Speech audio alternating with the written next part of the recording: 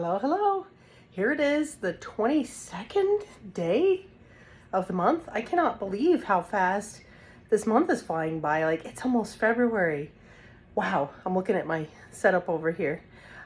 Tonight I'm making some chicken chili starter. So it's gonna be simple, it's gonna be fast. I'm gonna get a pressure canner, got a lot going on, places to be, things to do. You know the story because we're all busy. That's just how life goes. So I'm gonna show you what we're doing. I am going to make some chicken chili starter. I got this idea from Three Rivers. It's a good one. I was watching her show today and she was talking about how she's using chili starter and it seems like a really good idea. So I have some extra shredded chicken. I baked up a few of them. These are heritage meat birds. You know, I'm just not real happy with the quality of the meat. I mean, it's delicious, but it's pretty tough despite my best efforts. So I'm shredding it up. You can see it's a bit rubbery almost, not horrible. I mean, we ate it, it tastes great. So I'm cutting it up into chunks and I'm going to put it in pint jars with some bell peppers, onions, cumin, garlic, and probably some chili powder. And I'm just going to throw a few pints into the canner and see how it turns out. I don't want to make a huge batch. I was going to add beans, but the fact of the matter is I have canned beans, so this is just going to be my base. I have some bone broth that I had made. I'm going to use for the broth in this, and then I'm going to turn all of this beautiful stuff that I don't pick off for this dish into a huge pot of bone broth. I've still got the necks, some garlic, onions, and I got some chicken feet downstairs. When we process our birds, we leave the necks on, and it's just, that helps prevent the bone shards from poking through the plastic because we vacuum seal them. Well, not vacuum, we use boiling water in the bag shrink on them, so we shrink bag them. But anyway, we leave the neck there. It's got a lot of collagen in it. The breastbone has a lot of delicious collagen, and yeah, it just makes a beautiful bone broth. And the skin, I always leave the skin on. I can skim the fat off later. Anyway, so I'm gonna get this done. I'm gonna cut up some bell peppers, onions, get some garlic ready, and once I'm ready to put it all in the jar, I'll bring it back. Okay.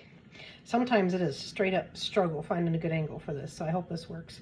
I'm doing 4 pints of this. I'm starting small because if we don't like it, I don't want to have a ton of it to eat up. We'll eat it no matter what, but if it's like not our favorite, I'd rather not have a ton of jars of it on the shelf. And I'm sorry if there's some shaking. I had to do some tricky camera work to make this all kind of balance out.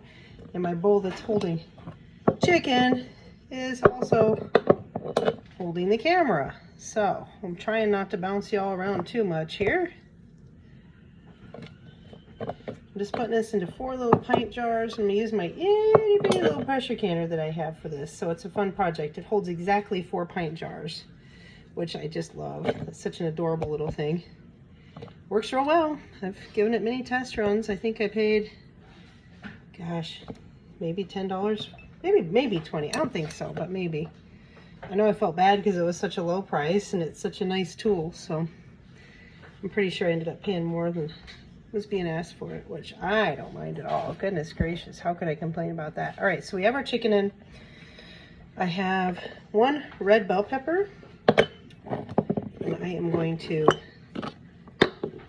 put some of it in each one. I don't have any exact measurements, and honestly, for this one, I can't even really give you a recipe because I'm trying something new.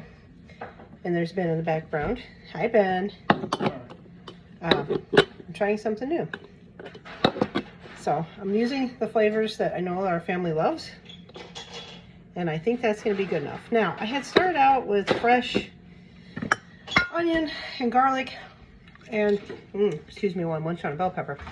I decided that I've not been real happy with how the fresh has been tasting lately for the garlic and the onion. So I'm actually going to use powder and see how that turns out. So I'm going to do 1 teaspoon of onion powder in each one. And again, remember, I'm kind of winging these measurements here. I couldn't tell you if it's going to taste good or not. It's meant to be kind of a concentrate. So, I mean, I want it to have some bold flavors. I'm also going to do a teaspoon and a half of garlic powder because it's garlic. We love garlic around here. And this is coming together real quick. I got kids at youth group tonight, so it's kind of, well, I'm always in a hurry to go somewhere. But yesterday that was a fun day with that clinic. All right, so we got our 1.5 teaspoons of garlic powder, teaspoon of onion powder. I'm going to do 2 teaspoons. I'm using a 1/2 teaspoon measure. That's why it's taking me so long. I'm gonna use 2 teaspoons of chili powder in each one.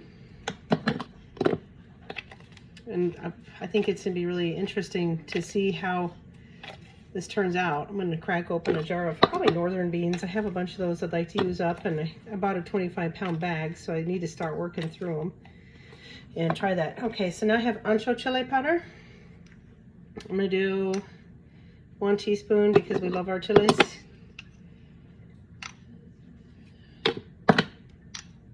So a teaspoon of that. We got a lot of stuff going in here because I want some bold flavors. And then paprika, I'm also going to do a teaspoon. And if it's overkill, if it's too much flavor, I'll let you know. But again, I'm looking to make a concentrate here. I'm not looking for something that is watered down. I want to be able to pour this into a pan with some beans and maybe add a jar of broth and have a meal. So to me, it's important to get that all together. All right, then I'm going to add, let's see, I'll do 1/2 teaspoon of garlic salt. I don't want it to be too salty. You can always add salt. You can't take it away, just to get a little bit more of that garlic flavor in there. And I know the dreaded chicken broth powder, but I do think it's going to add some nice concentrated flavor. So I'm going to do a teaspoon of that. I anticipate this being salty. I would not eat this by itself. That's why it's a starter base. That's why I'm okay with adding a little bit more salt. So at the end of things, I don't have to add anything but beans and broth.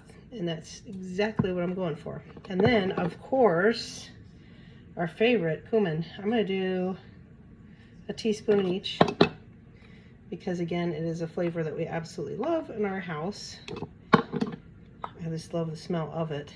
It's just, wonderful. We love Indian food, garam masala, curry. We love Thai foods. We love pretty much any foods. Mexican foods, Jamaican. Oh my goodness. I do miss Jamaican jerk chicken. Okay, now I'm going to go grab my broth and fill these up. I made this particular bone broth in my slow cooker for a full 48 hours. So it is pretty viscous, absolutely full of nutrition. This was the last of our old stew hens. We had some 3-year-old hens that it was just time to process, and this is the result. It's very important for me to get a lot of dense nutrition density for my family, because it's a lot harder to find these days. Modern foods just aren't as full of nutrition as what our forefathers and mothers would have had. So being mindful of nutrition in everything that I do is very important. And look at that, isn't that pretty? It's very dark. All that powder is going to rehydrate, but oh my gosh, the smell coming out of that jar is just incredible. It's so good. All right, get another one going here. And then I'm going to seal these up, put them in a cold canner, of course. This is pint jars, so they will go for 75 minutes because we have meat and beans for 75 minutes. Just very important to debubble like crazy. Make sure you get everything all mixed up in there. I'm thinking from the smell of this also could make a great taco soup base. That's something else we really like around here. Something I've gotten out of the habit of is making our own corn tortillas, but I'm ready to get back into it. I have some masa. I want to make my own masa, but that's a process where you have lime water and you have to soak your kernels and such. So sometime down the road. Anyway, I'm going to finish filling these. I'm going to get them sealed up, process them 10 pounds PSI for 75 minutes, and I will bring you back cute little pint jars of goodness. All right, I'll see you guys in a while. I hope you enjoy. I hope you try this, and I will see you tomorrow.